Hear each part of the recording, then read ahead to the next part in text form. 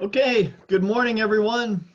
It's nice to see you. Welcome to our second annual Conscious Capitalism Boston CEO event.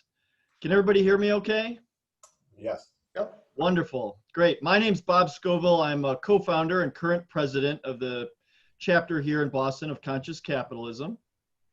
I'm delighted as I scroll through our pages here to see so many familiar faces, but also many faces that I think are new to Conscious Capitalism, or at least new to our chapter. So thank you all for being here this morning. Let me start, given we've got a variety of different folks here on this Zoom this morning, just giving a little bit of background on Conscious Capitalism. So Conscious Capitalism is a movement that seeks to elevate humanity through business.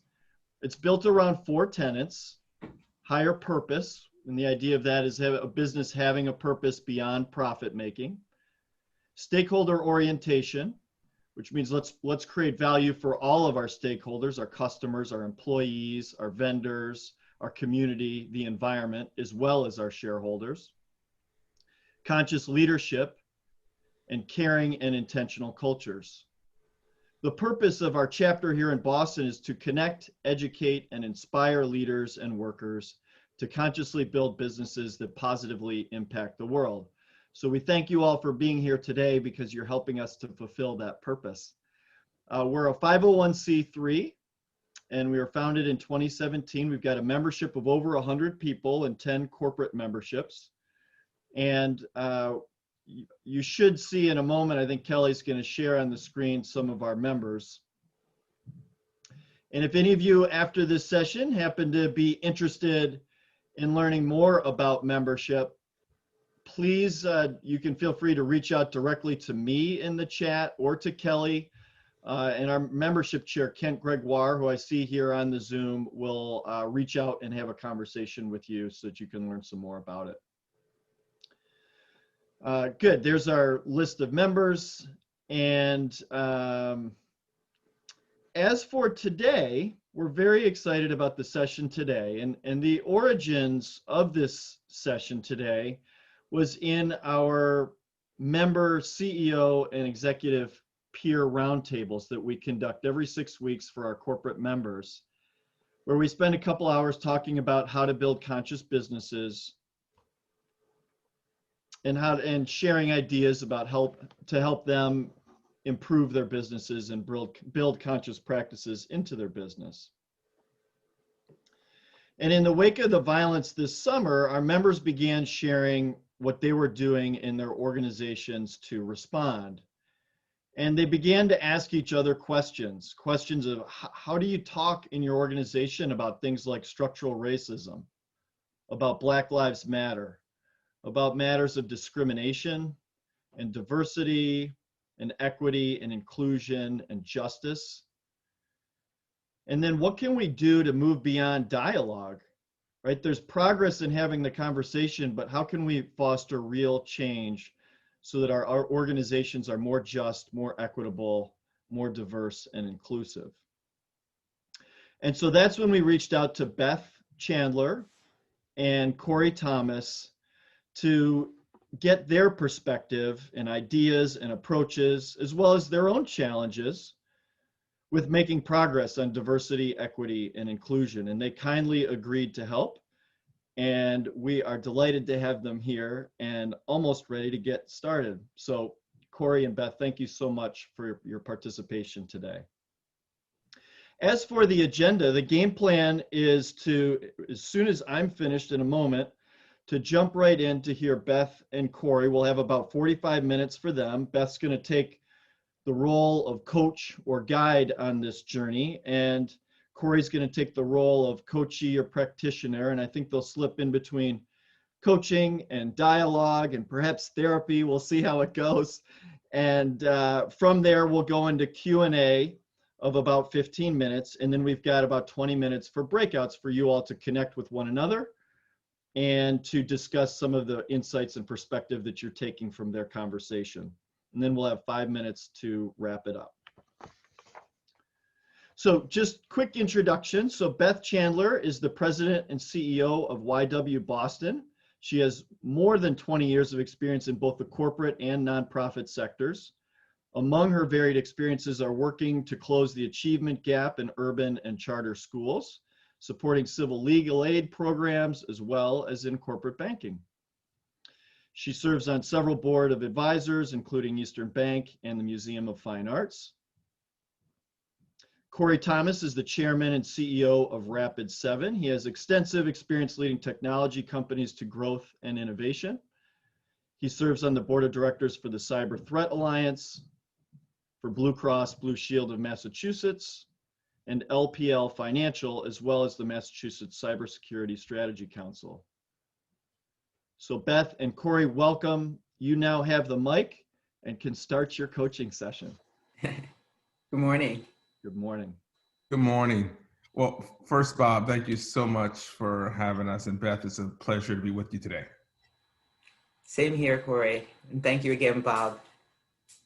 So I thought I would actually kick it off. You know, I've, as both a practitioner and someone who leads a company in these incredibly trying times, we've been having lots of discussions, both internally, but I've also had lots of conversations, as we alluded to earlier, with other CEOs. And as you can imagine, is that because the CEO peer group lacks diversity in and of itself, I get a lot of calls from my peers in the industry. And I have the pleasure of sharing my limited wisdom, but then I actually say, like, you should really talk to experts, someone like Beth Chandler. And so, Beth, if you've been getting a surge in calls, I'm probably one of the reasons why that's the case. However, I do want to talk about some of the common themes that emerge, both that I've experienced myself and emerged in lots of the conversations that I've had. And I think this may be instructive of some of the discussion that Bob was alluding to earlier. First and foremost, I think that we live in a bit of a time where people are making a genuine effort to actually really try to understand what are some of the problems and the social ills and figure out ways to address them. I would also say that there is sometimes a lack of vulnerability where people are uncomfortable with the things that they know they should know, but they don't know. And this is probably complicated a little bit by some of the minefield of jargon. And my observations, I think that sometimes people are struggling with basic concepts. You know, in general, I think people understand discrimination. They say that's bad, we shouldn't do that. I don't think my company does that. They hear about systematic bias and they sort of say, okay, I think I get it, but really, I don't think people really understand what systematic bias means. And more specifically, what I see a lot of is people say, look, I actually think there's bad stuff happening in the world. I think there's stuff that's happening in my organization, but I don't really know how this shows up every day. But can you just help people understand that are struggling with this sort of minefield about how to think about sort of like systematic bias and structural racism? And can you actually help people just navigate and understand what these things mean and how it can apply? Sure. I'll start out by saying that I think the important word in all of this is system, right? And often people struggle with conversations around systemic racism because they take it personally, right? Or racism, and they say, well, I'm not a racist, I'm a good person. I'm not a white supremacist, I'm a good person. And so people think about it as from an individual perspective as opposed to a system. And it's a system that we are all living and operating in. And sometimes for many of us, we're not aware of it, or we're not aware of it until later as we get older, because people don't talk about it. And so I think, one of the things that we do at YW, and now Kelly has slides, and if she can pull up slide number 3, we help organizations think about the system in a couple of ways. And so one is the bigger system outside of the organization, and that's looking at how does racism in this case show up in different ways. And so we talk about it in 4 different categories. One is interpersonal. And so that's, what most people think of when it comes to racism or discrimination. It's what's happening between individuals. And, perfect example is if there are 2 women of color in your organization and people keep calling them each other's names, right? That's an example of interpersonal racism. Another part of it is institutional. So what are the policies and practices that exist that distribute opportunities or advantages to some groups and not to others? And a perfect example of this is redlining, right? Redlining happened after in the 50s, 40s, 50s, after World War II. And it ended up that white families were allowed to buy houses in certain neighborhoods and get low interest mortgages for 30 years. And Black families, by and large, were not, right? And that was institutional. And, you know, the next is thinking about internalize. What do people think about themselves given the images that they see? And for a long time, particularly when you looked at television, there were, you know, no shows that showed Black people in particular in a positive light. I think the first one was really the Cosby Show in the 80s, right? And so if you're growing up, particularly as a, you know, as a Black kid, looking at TV, you're like, this isn't a place for me because I don't see myself in a positive light. And then there's ideological, you know, what do we believe about who's good, who's bad, who's smart? And again, that's because of messages around us. And so that's the first thing we talk about, is that there is a system, it reinforces itself, and there are examples, you know, in the world that you can think about. And then Kelly, on the slide 4 is how we help organizations think about, so what does this mean when we come to organizations? And for us, we approach our work as this is change work. And you need to make change at 3 different levels. The micro level, which is the individual level, and getting people to think about, you know, what information do they have and do they know? A lot of the history we're really not taught.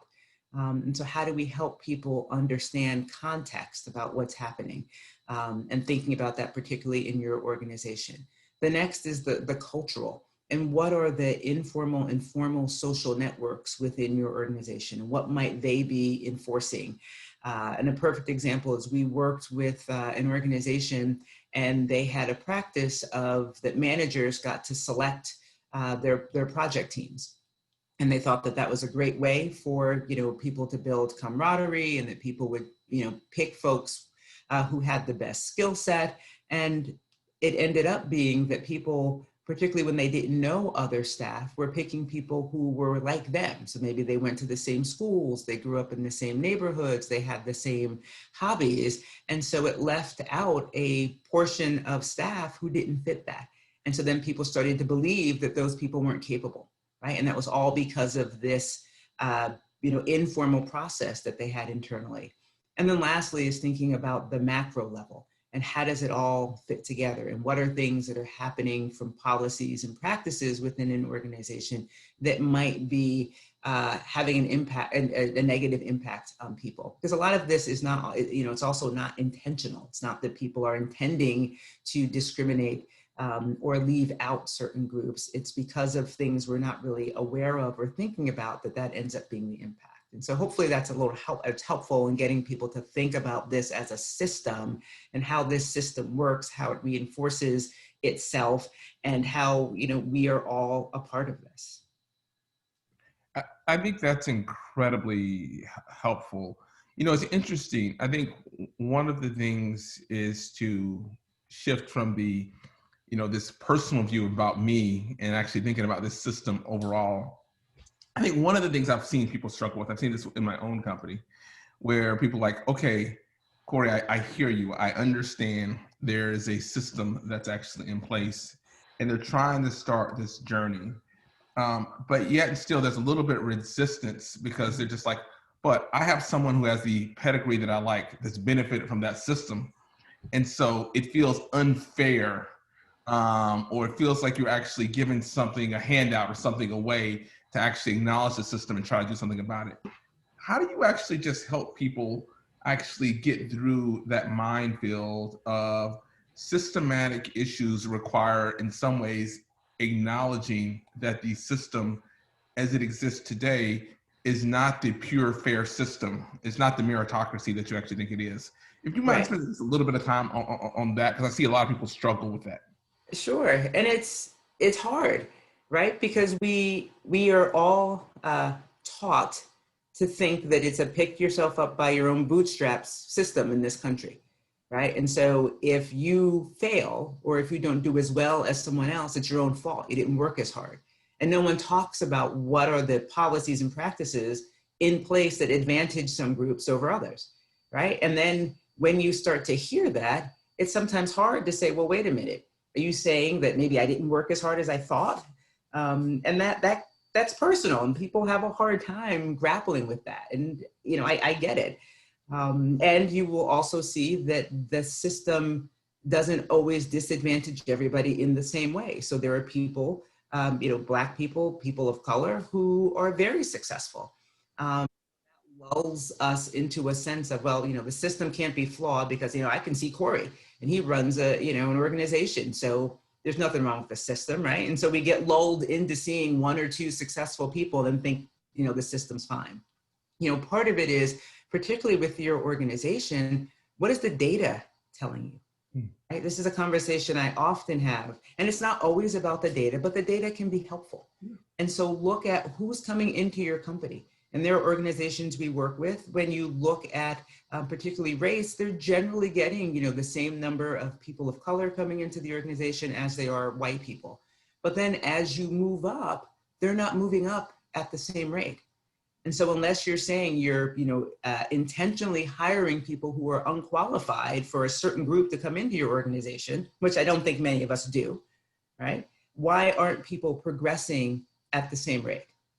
Right? And if they're not, then it suggests that there's something going on within the organization that may be advantaging some groups of people to others, right? And so what is the data telling you? And then look at the data and see, you know, what might be happening that you hadn't been aware of before that could be disadvantaging some groups of people. You know, a sponsorship is something that people say is extraordinarily important for people to be successful in organizations. They need somebody who will speak on their behalf, who will support them even when they're not in the room. And often those relationships happen organically. And again, people tend to gravitate to people like themselves. So if your management team is predominantly white men, they are going to gravitate to other white men, and they're going to get the sponsorship that women and people of color are not going to get, right? Unless you are intentional in setting up that system and saying, you know what, every person, you know, every new person, everybody that's on this management track is going to have a sponsor. We're going to work really hard to make sure everybody has a sponsor, and that those sponsors get coaching so that people can be developed in the same way, so people are getting the same opportunities. And that's what this is really about. It's not about giving some people something and others and not giving something to someone else. It's about, what do people need within your organization to be successful, and how do you make sure you provide them with those tools and resources to be successful? So I definitely want to come back to this, especially around the data, and, you know, at least what I think about is the interventions you can actually do to actually reduce some of your own organizational institutional bias. And look, I'm a Black man, I lead a company, and we actually have bias at our company. And it's been a instructive process, and I'll share more about that later. But I do want to come up, you know, as we were having the discussion leading up to this, we had a discussion with Bob, and he brought up an issue that I see time and time again, which is organizations are still primarily led by white men. And I found lots of people who are actually genuinely interested in both learning more about them, learning more themselves, but also doing a better job for them organizations. I think one of the fears and one of the discomforts that was actually had about, like, how to actually white men or women or whoever who feels like they're not in the heart of experiencing on a day-to-day basis, go about leading, sort of acknowledging, having conversations, and leading their organizations through this process, this healing process in some ways. And what advice have you given your clients about how do they actually guide conversations of which they're in the process of learning themselves? Yeah, it's a great question. And there are a couple of things that, you know, we share and I've shared with people. I think the first is you have to do your own work, right? This is a journey for all of us to learn about the history of our country, the history of our organizations, and to understand that. And so part of it is you have to do your own work. I mean, there are plenty of books. There's Stamped by Ibram Kendi. There's the 1619 Project. There are lots of resources out there to get a better understanding of just how this system came into play and continues. So I think that's a part of it. The other part is there has to be a compelling reason for why you're going to ask your employees to potentially behave differently, right? And so what is the reason from a business perspective for why you want to do better, right? Why do you want to ensure that there is equitable opportunities for everybody within your organization? How does that benefit all the employees? How might that benefit your customers? I mean, there's plenty of data from McKinsey that shows how organizations that have both racial and gender diversity in leadership, both within the organization and on the board, do better, make better decisions, are more creative. So there's plenty of information out there that you can use to support why you would want to do this as an organization. It may be that it's going to allow you to access new or different customers. It may be that it's going to allow you to be more creative. But I think part of it is to be clear on why you are doing this as an organization, why it matters, because you're asking people to change how they behave, and no one likes to change. And I often talk about, I equate this to weight loss for me. That's always something I've struggled with, and I know what I'm supposed to do. I know how I'm supposed to do it, but it means I have to change my behavior, and that's been really difficult. And so I had to find a compelling reason to actually get me to finally make some changes so I could do that. And for me, it happened to be COVID. I've got relatively young kids. And I was like, I have to be healthier in case I get hit with this disease so I can be around for them. And that was really what I needed to get me to align behavior change with everything else I knew. And that's the same with this work. Part of it is getting your staff to understand why it matters to the organization. And then I think the second thing, so your own work, making sure people understand why it matters to the organization and why it is going to matter to them. And then I think, being able to frame the conversation. And so understand where you might be uncomfortable or have discomfort and provide a frame to the conversation so you can try to make sure it's a managed conversation. And you can also have somebody externally come in and lead the conversation as well. If you feel like it's not going to be a strength of yours, that's fine too. But those are the, several things that I always share with CEOs and others. Yeah, no, it's interesting. I got to both observe, join, and participate in many of the conversations. And I always think a key thing there that's sort of like an underpinning of what you're saying is just being authentic about where you are in the journey and the evolution. And then being willing to both engage and to listen and say, listen, This is where I am, this is where I'm learning, this is where I'm involving.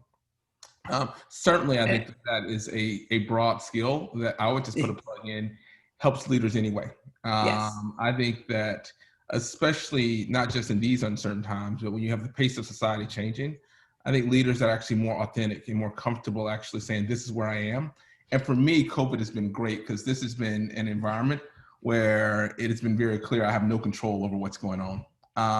And so it's actually created practicing that habit of just being comfortable saying, listen, I don't know, but here's where we are in the process and here's how we're learning and here's how we're evolving together. Yeah, and I was going to add too, Corey, that, being vulnerable is really hard as a leader. And it is also something that is extraordinarily powerful with staff. Yeah. And so, I think many of us raised that leaders are supposed to be strong, infallible, invincible. And in fact, that can be detrimental. Staff need to see and hear when you don't know, because then it's okay. It gives them permission to say, I'm struggling too, or I don't know. Right. And we want that, right? We don't want people pretending they know what they're doing. So if we're able as leaders to demonstrate some vulnerability, then it gives staff the strength to do the same thing and to see us as human beings. No, absolutely. It's very interesting because I do think that we, in some ways, had a limited view of leadership. One of my mentors, General Stan McChrystal, talks about sort of like growing up looking at sort of Patton as the general that sort of like charging in the battle and making all the decisions, and how today it really is sort of like leadership as sort of like developing, the gardener, leadership as sort of explorers. And I think part of the leadership as exploration is this acknowledgement that we're trying to figure out stuff together. And that's certainly a model that we use on our leadership team, is sort of like leadership as explorers. You know, we're on a journey to actually figure out the world together, and to the whole, you know, notion of conscious capitalism is actually make a difference as we go along on that journey. I want to come back to Beth to a couple, I think, underpinnings, because I one of the consistent things that I actually hear time and time again from people is, okay, but like, what do I change? You know, what do I do about it? How do I go about it? And how do I identify it? So you said a couple things earlier that I just want to go back to. Data. Sure. I want to spend a little bit of time on data. And then you highlighted, I think, a couple of core systems that I think is worth spending some time on, that actually sort of like end up coming up time and time again that I think advises. One is hiring. But the second one you really talked about is the promotion systems that are actually there. So let's talk about data, hiring, and promotion. So the first thing is data. Can you give us a sense of sort of like, what's the data that you actually say that, you know, an executive team or board should be looking at on an ongoing basis? I think it really depends on where you are in the journey and where you're trying to end up, right? Because everybody's different. And so I think it's important to look at a variety of things. But again, I would prioritize, depending on where you want to be, what you're looking at. But certainly looking at, you know, who's in the pipeline.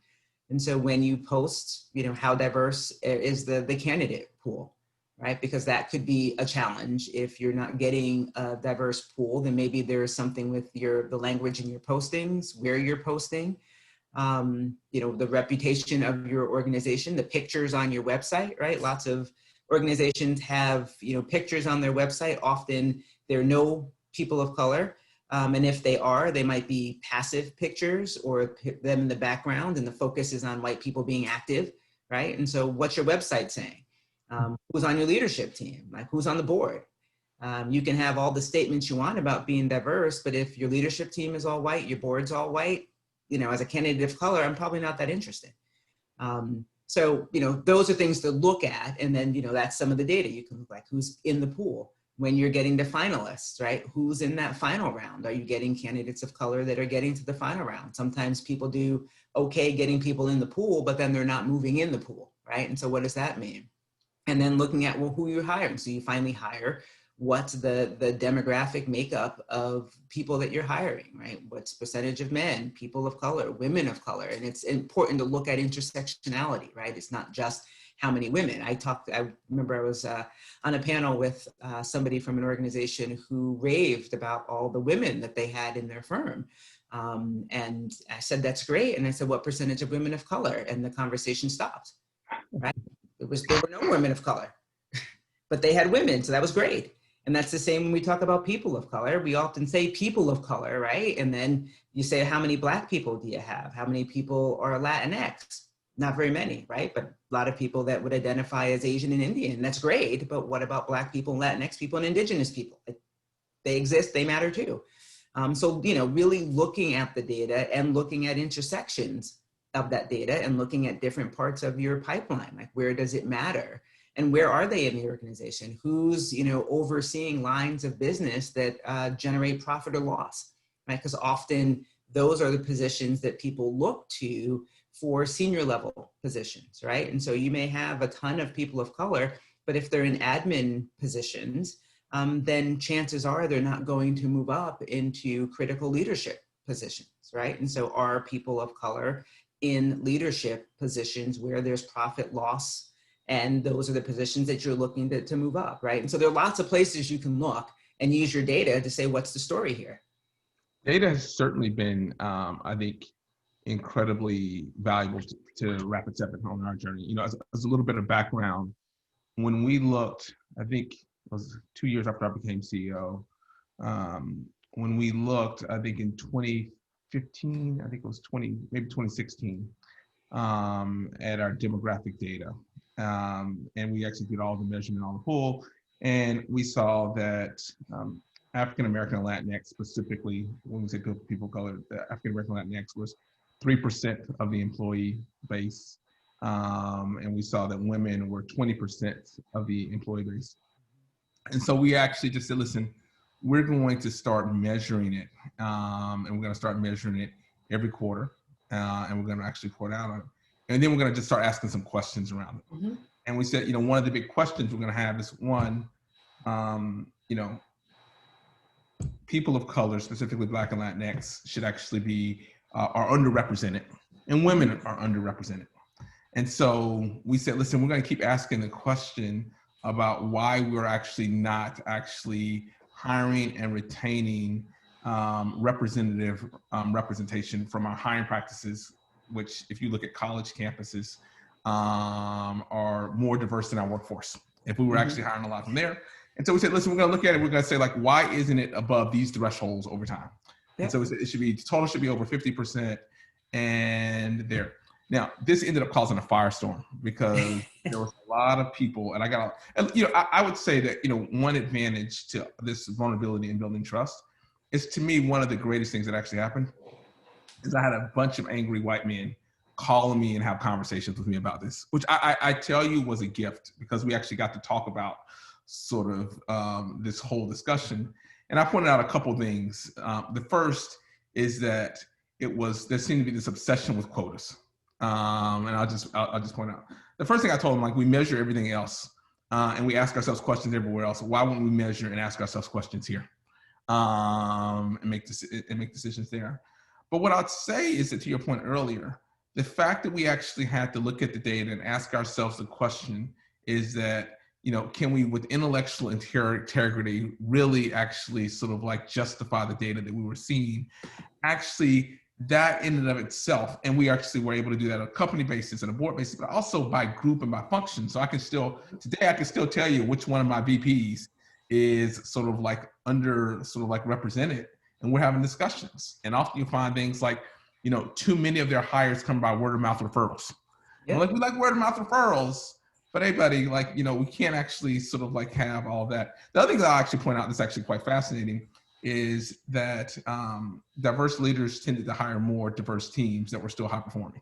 And so I just say on the data one, I think that there seems to be an arbitrary fear, specifically when it comes to issues of race, around data being tied directly to quotas.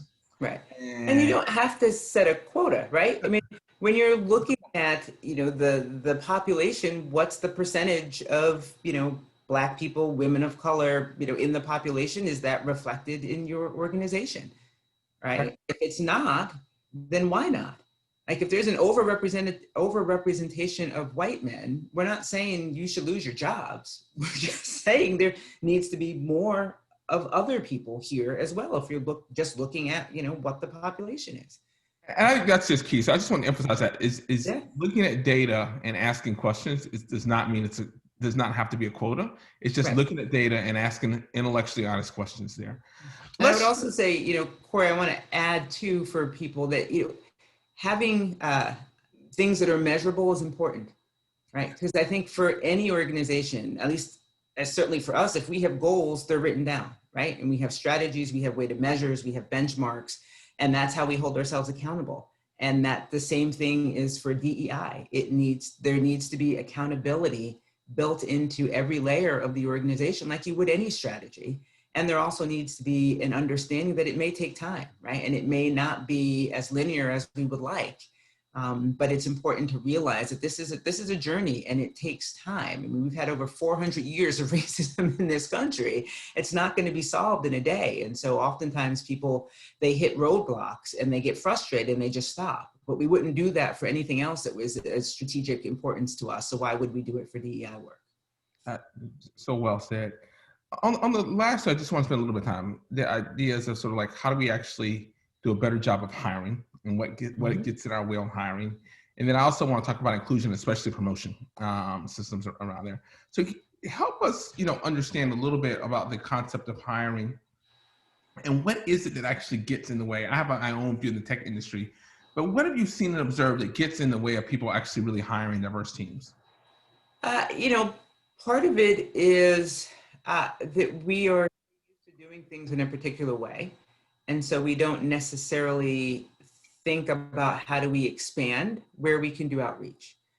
Because, some of us, the names of the schools or matter, right? And so we want to say we have people from, Ivy League schools, And those schools don't have a lot of diversity compared to some others, right? But if that's where we're focusing on, that could limit our pool, right? So part of it's that. Some of it is also, what are we putting in job descriptions, and does that really matter? In some cases, it should be about the experience someone has, not necessarily the degree.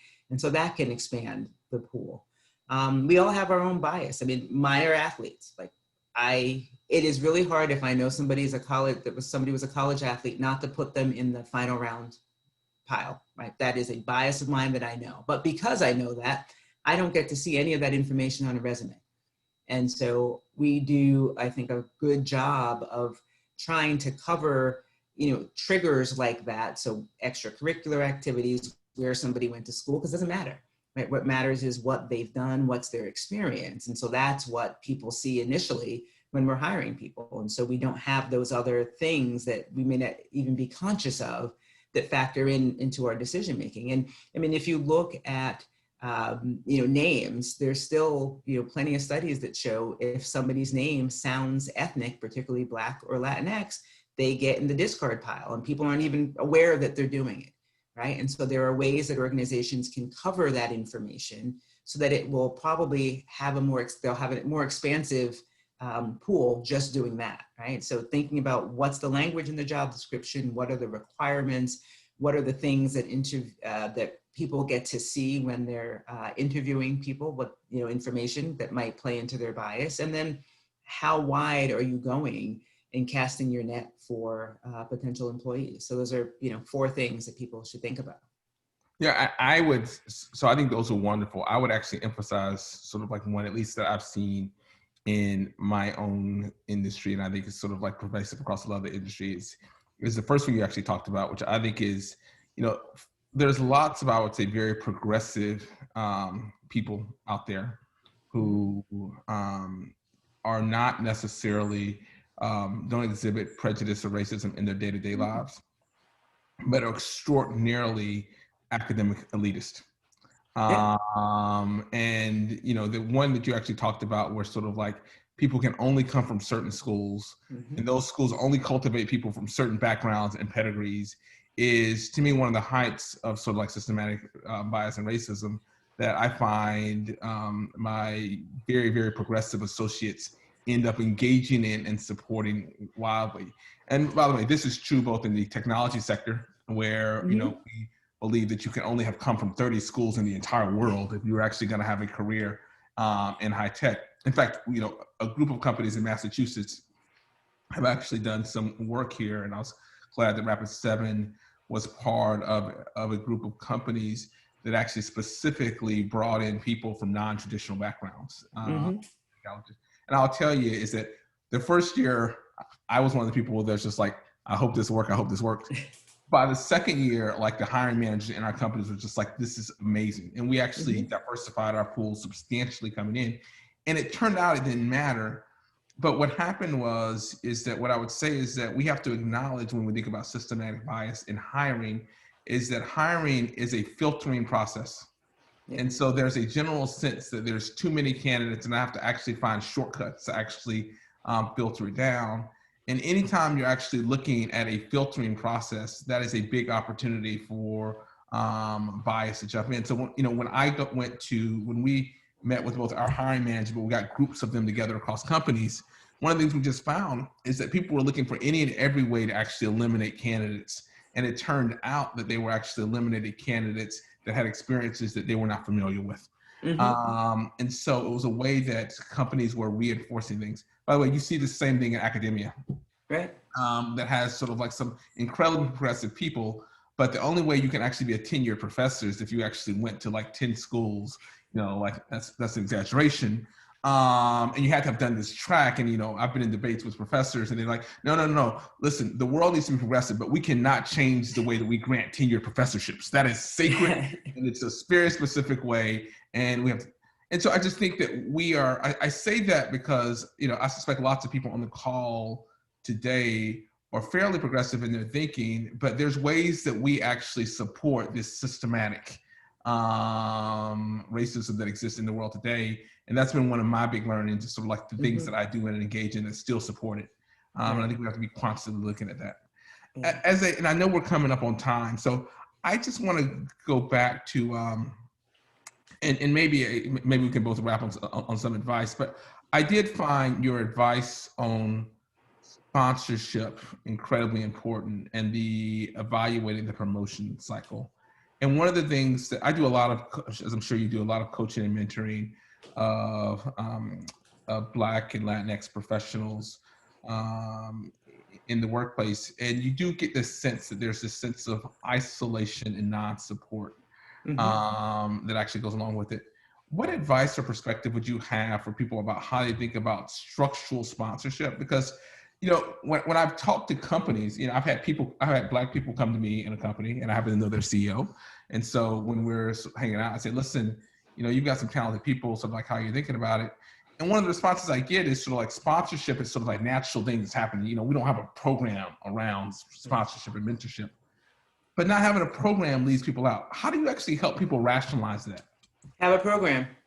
Okay. It's that simple. I mean, you need to be intentional, right? Because when people are left to their own devices, you can see what the outcome is, right? And so if people in your organization have been more successful when they've had sponsorship, even if it was sort of informal, then why wouldn't that be an opportunity you would offer to everybody, and particularly all of your high potentials, right? So make it a formal process and incentivize your, you know, executives to participate, and not only to participate, but to be successful in it, right? So if, you know, for most people, if there's an incentive, particularly for, you know, money involved, like how is your compensation tied to who you're sponsoring and how successful they are in the organization?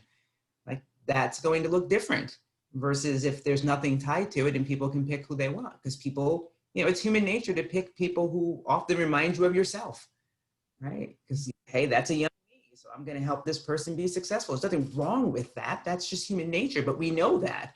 And so how do we fight against that, particularly if your leadership team does not represent all the people in your organization? Because then those folks aren't going to get picked, and you're going to leave a lot of great talent out, right? And you're not going to be as successful as an organization, because you shared, Corey, when the tech firms looked at hiring people who may not have fit the mold, they did well, and the organization did well, because there were different perspectives and different ways of looking at things. And that's ultimately how you're creative, right? Is if everybody has groupthink, you're not going to come up with the best product. But if you have people coming in with different perspectives that are looking at things in a different way, then you're going to come up with something that's going to appeal to a broader audience. And so that's, you know, for me, sponsorship is incredibly important. So it has to be, organizations have to be intentional about it, and people should be, you know, compensated that way as well. That's great. Thank you so much, Beth. Sure. Bob, I think we should probably open it back up to you for questions. Great. Thank you, Beth and Corey. You know, Frank Smith just threw a question out in the chat, and he said, you know, love the ideas being presented here. My business isn't growing during this pandemic. In fact, we've shrunk. I acquired a company that isn't diverse. If I'm not hiring due to business being slow, what else can I be doing? And so I'll pause there just for a moment to say, if folks have questions, please just, you can either open up the participants, you know, click on the participants button in the bottom right corner, you'll see the raise hand button, and you can click on that. But you can also just put a question mark in the chat, and I'll see you there, and I'll be able to call on you so you can ask directly. So Beth, Corey, any thoughts about Frank's question? You know, if the business isn't growing, what else? You know, you just talked about sponsorship, so certainly that's one avenue in terms of matching people up. But what other ideas do you have for him? Yeah, I'm not sure what the challenge is. I mean, I think organizations should be thinking about whether you have, you know, a lot of people of color or not, what are practices that are really inclusive in your organization? Because that's ultimately what we're going for, right? And I'm not going to have Kelly put up the slide, but the way that we think about diversity at YW is it's just about counting numbers, right? And so how many people can we count that fall into different categories? That does not mean an organization is inclusive at all. Right? I worked for an organization, I worked for a bank when I came out of business school, and they did a great job of hiring diverse candidates, right? But within 3 or 4 years, every person of color that entered when I did left the organization. but they could have great diversity numbers, right? Because every year they're bringing in a pool of, candidates that are diverse. But if you looked at who was in leadership, if you looked at if they ever did an engagement survey to see who was feeling like they were really belonging and a part of the organization, they would have failed miserably, right? And so diversity is just counting numbers. Inclusion is really, who's at the table when decisions are being made, how is their voice factored in? And so I would think about, as an organization, whether you have a lot of diversity or not, how are you ensuring that it is an inclusive organization so that when people come in, regardless of how they might identify, their voice really matters and can be heard and they have opportunity. So I would be looking at what are the things we're putting in place so when we do have a surge in hiring and we may be able to hire more diverse candidates, they're actually going to stay. Yeah, I would echo part of that. I would say that, one, the people that you actually have that are diverse, I would actually make sure that the environment is inclusive and you actually look at things like your promotion and hiring processes there. The second thing is that while the hiring may be flat, I don't know what your attrition will be like when it comes out of it. But I would say as people transition and rotate, look at those as opportunities and you want to put the infrastructure, as Beth said, in place. The third thing, which I actually think is key and essential, is just because you're not hiring, and by the way, I'm advocating having a high urgency to actually accelerate society, but that does not mean we have to actually go out and fire everyone overnight. But I do think we have to look at sort of what's the change that we're actually having. So those two are actually setting up for change. The third thing that you can actually do right now, though, is actually go look at your supplier ecosystem. And so you can actually look at your law firms, your accounting firms, your procurement, and say, how do I actually make that diverse? We have a lack of diversity in our supplier and distribution ecosystem. There's an effort led by a bunch of the business associations in Massachusetts right now, but that's a way you can actually have immediate impact by saying like, okay, how do I actually get diversity into my procurement ecosystem that has its own significant support and changes the systematic access that people have. So I think that there's always things that you can actually do. And those are at least three that sort of like come top of mind right now. And on the supplier side, I would think about too, some organizations just have like a blanket amount of insurance that people have to carry, regardless of whether it makes sense, because it's easy, right? For the company to just say, everybody has to carry this, but that could be a disadvantage to particularly smaller organizations who may not have to carry that much insurance. And so I would think, do you really need to have people having a certain amount of insurance to be a vendor for you or to be a supplier? Or can that change because that could allow more small businesses to participate? Rachel, did that cover your question on supplier diversity? Great. Okay. Good. So I'm going to jump now. I see an interesting comment from David regarding Frank's question, but then switching down to Doug's comment here. So he says, I agree entirely with sponsorship to change the diverse makeup of the firm and the leadership team, but I struggle with incentives for fear that it undermines the value of diversifying, i.e., my board wanted to give me a goal of having diversity be reflected in my next leadership hires and promotions.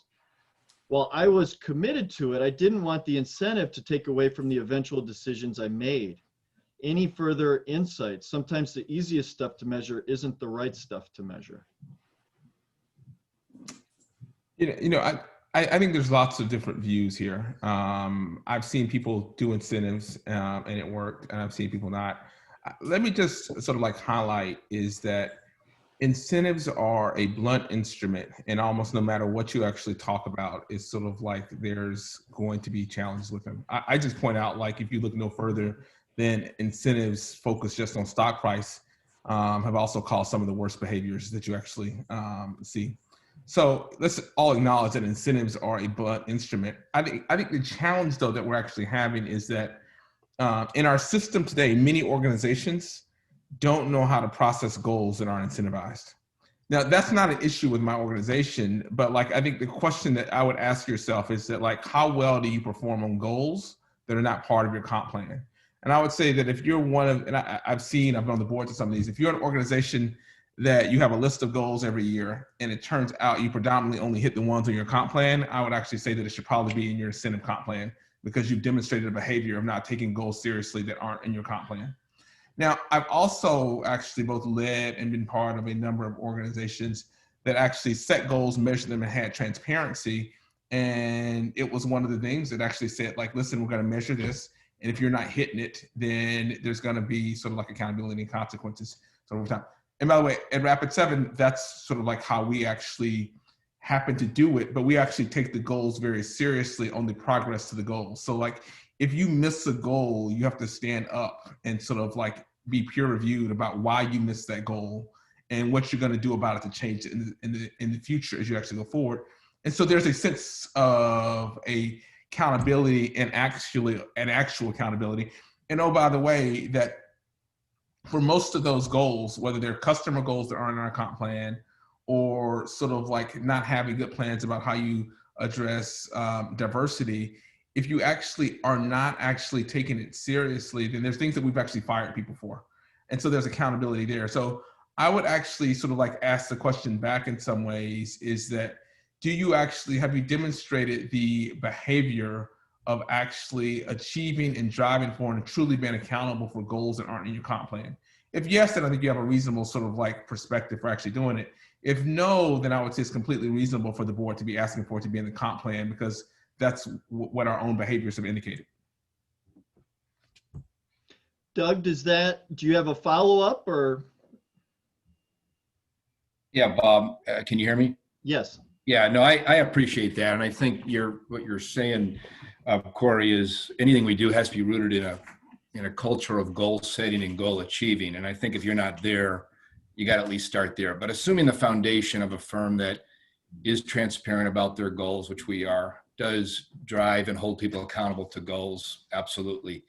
I think my question is this, that if a goal around diversity was as transparent as other goals, I fear that the appointments that we make, or that I make, or the promotions that we make will be viewed, whether it's at the leadership level or whether it's down in the ranks with managers making appointments, they'll be somewhat dismissed as, well, you're only doing that because you have a metric of having to promote more women or promote more people of color and things like that. And I struggle with it because I know that people respect what you inspect and we measure things, but I don't want the result of that to be undermined by virtue of having set a goal. And I hired a woman to be the president of the firm about 5 years ago, and we've just transitioned my leadership role as CEO to another woman.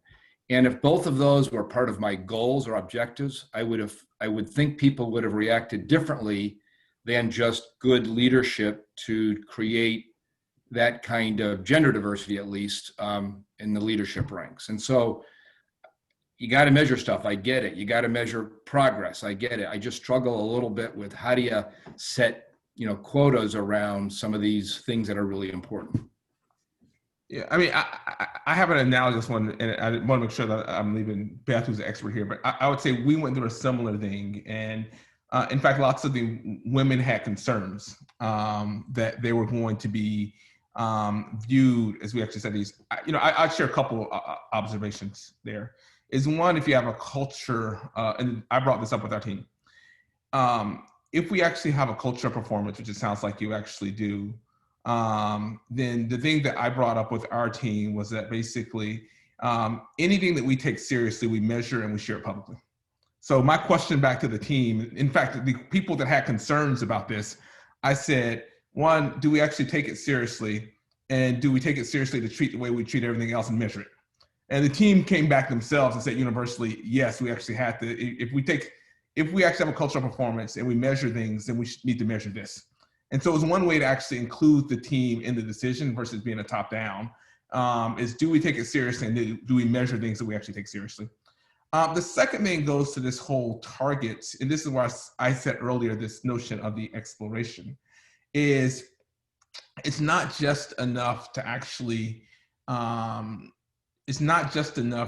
go out and say, we're going to actually fit this role with this thing. And I actually think if you tie it to roles, that gets a little bit things.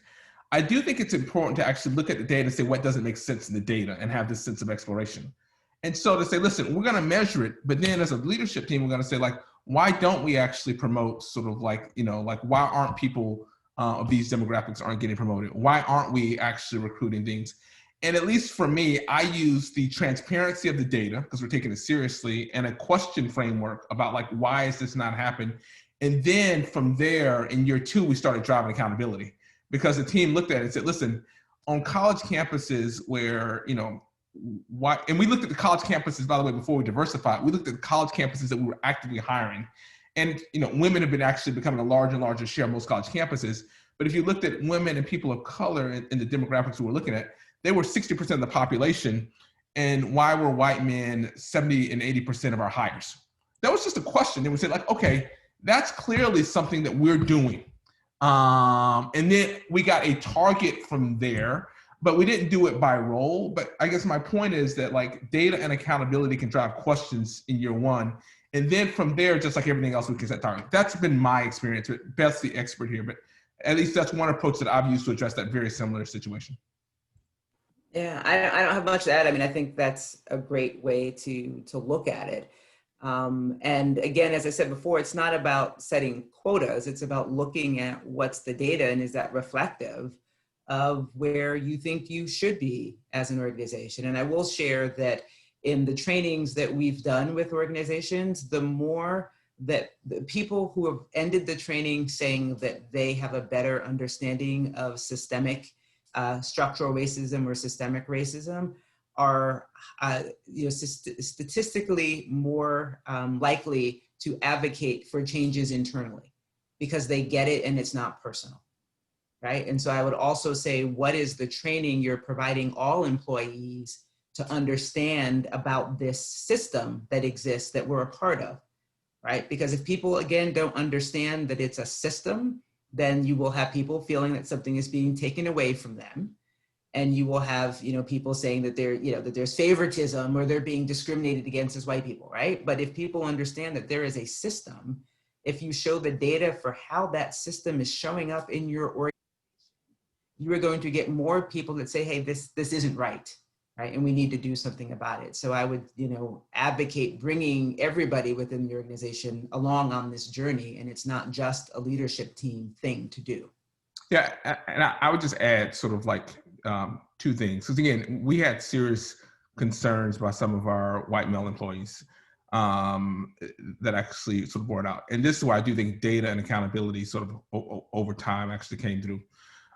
So the first one was what we just talked about, just treating it as sort of like we're understanding the whys, and I actually assigned that out to the team. I'm like, if there's good reasons, come back and tell me.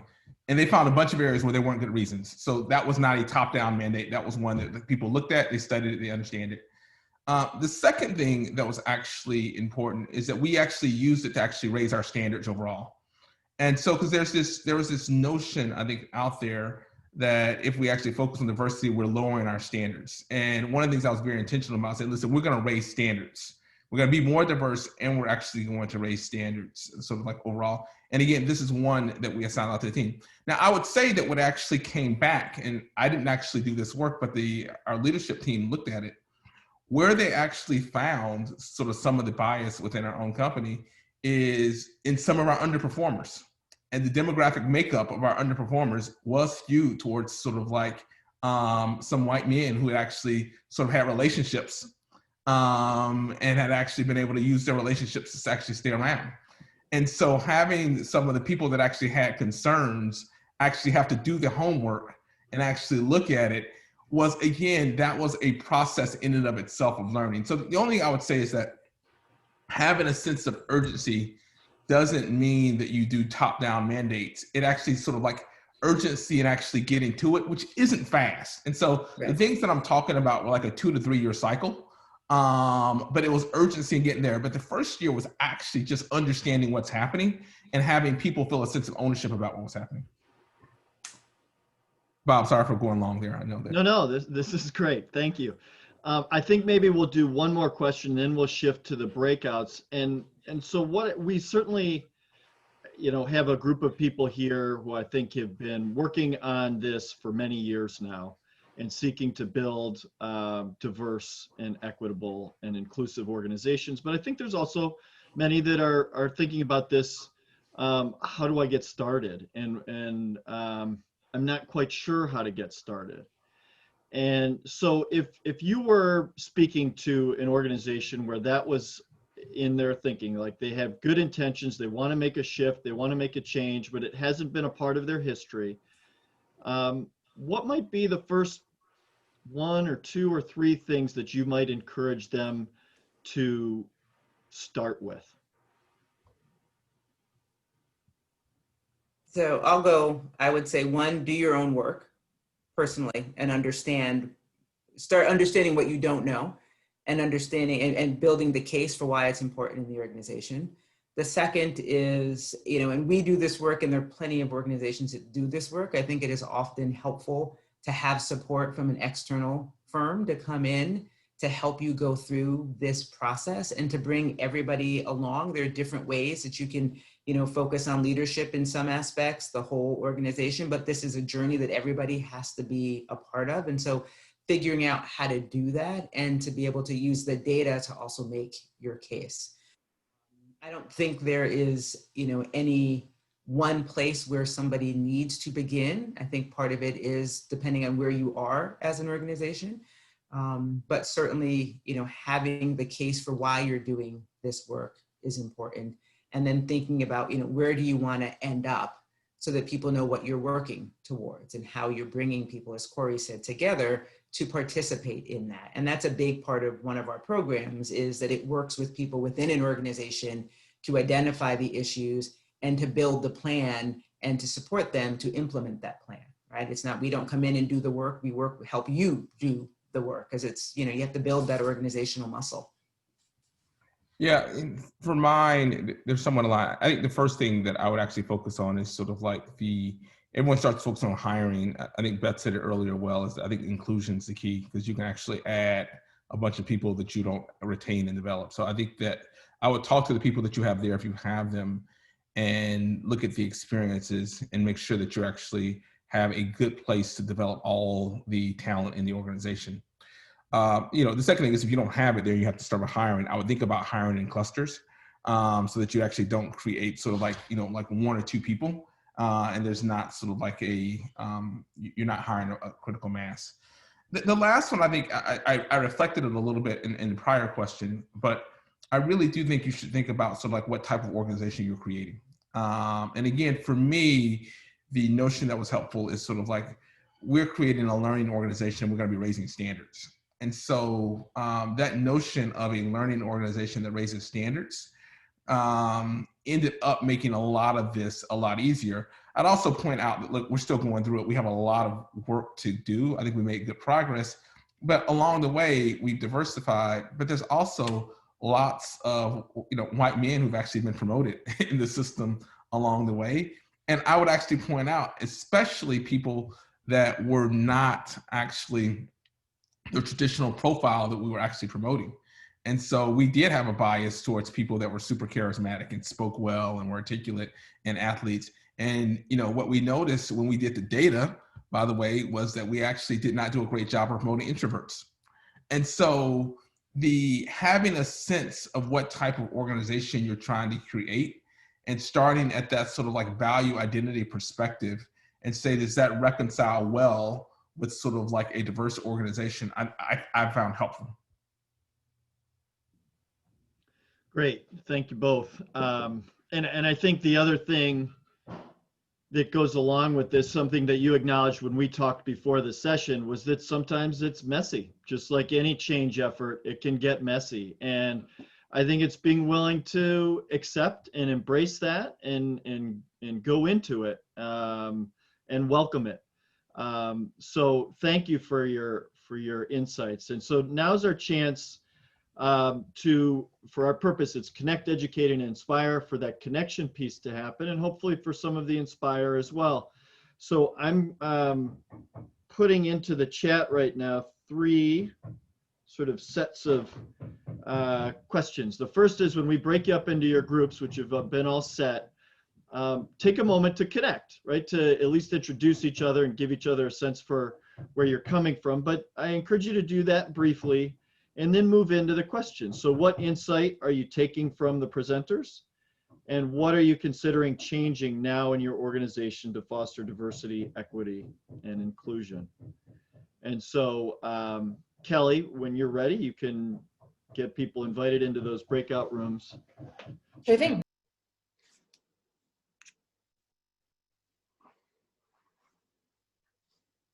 Welcome back, everyone. We're gonna give the rest of the folks just another 30 seconds or so to come back in, and then we will wrap up our session today. So I hope you guys all had good conversations.